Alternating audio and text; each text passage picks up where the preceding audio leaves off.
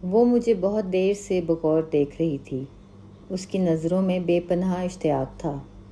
وہ ریسٹورانٹ کے ایک کونے میں خاموشی سے بیٹھی تھی۔ اس نے خود کو کالی چادر میں لپیٹ رکھا تھا۔ چہرے پر سادگی تھی، مگر ایک گہرا اطمینان بھی جھلک رہا تھا، اور آنکھوں میں عجیب سی گہری خاموشی بسی ہوئی تھی۔ وہ میری ہر حرکت کو بڑی باریکی سے پرکھ رہی تھی۔ اس کے چہرے پر ہلکی سی مسکراہٹ تھی اور آنکھیں جیسے کسی گہری سوچ میں ڈوبی ہوئی تھیں۔ میں ریسٹورانٹ کے دوسرے کونے میں بیٹھی اپنے تینوں بچوں کو سنبھالنے کی کوشش میں لگی ہوئی تھی۔ یہ ایک بین الاقوامی فوڈ چین تھی۔ میری میز پر برگر، فرائز اور جوس کے گلاس رکھے ہوئے تھے، اور میں تینوں بچوں کو باری باری کھانا کھلانے میں مصروف تھی۔ میرا 3 سالہ بیٹا میز کے نیچے جا کر چھپ گیا تھا۔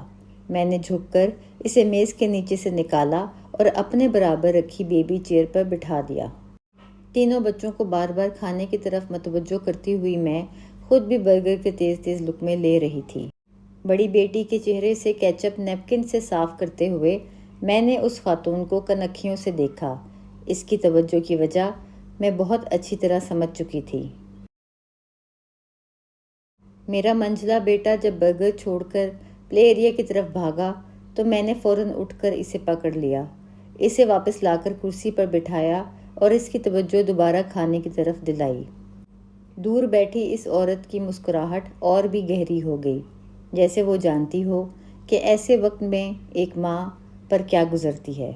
اس کے پاس 2 جوان لڑکے بیٹھے تھے جو غالباً 26 سے 29 برس کے درمیان عمر کے تھے۔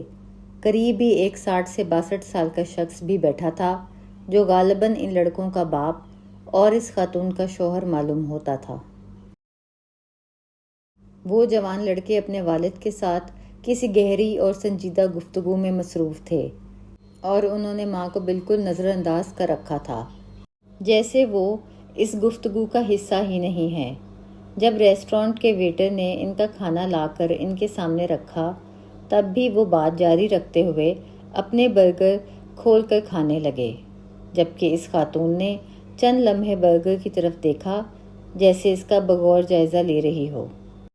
بیٹے اور شوہر اس بات سے لاتعلق تھے کہ انہوں نے خاتون کے ساتھ کھانا شروع کرنا ضروری نہیں سمجھا۔ یہ بیٹے اپنی دنیا میں کہیں آگے نکل چکے تھے اور ماں کہیں پیچھے رہ گئی تھی۔ وہ کم پڑھی لکھی اور کم عقل ماں تھی جسے شاید اپنے شوہر کی طرح عملی زندگی کا پتہ نہیں تھا۔ کبھی یہ کم عقل اور سادہ ماں بھی اپنے بچوں کی توجہ اور ضروریات کا مرکز رہی ہوگی۔ اس نے بھی کبھی اپنے بیٹوں کو بیٹھ کر کھانا کھانا سکھایا ہوگا، ان کی کتابیں اور بستے ترتیب دیے ہوں گے۔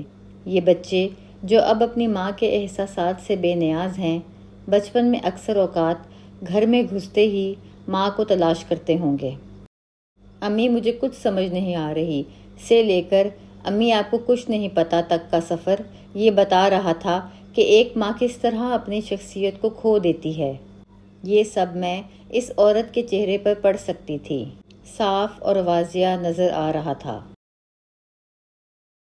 اسی دوران میں نے اپنے بچوں کا سامان سمیٹا اور انہیں اپنے ساتھ چلنے کی ہدایت کی۔ ڈرائیور ہمیں لینے کے لیے پارکنگ میں پہنچ چکا تھا۔ جب میں وہاں سے اٹھ کر چلنے لگی تو میری بیٹی بولی، امی آئس کریم کھانی ہے۔ میں نے مسکرا کر کہا، ٹھیک ہے لیکن کل نہیں، روز کھانا اچھی بات نہیں ہے۔ ہرے امی آپ کتنی اچھی ہیں۔ یہ کہتے ہوئے میرے تینوں بچے کاؤنٹر کی طرف دوڑ گئے تاکہ اپنی پسند کی آئس کریم آرڈر کر سکیں، اور میں یہ سوچتی ہوئی آگے بڑھی کہ کل شاید میرے اور اس آئس کریم کی وہ اہمیت نہ رہے جو آج ان کے نزدیک ہے۔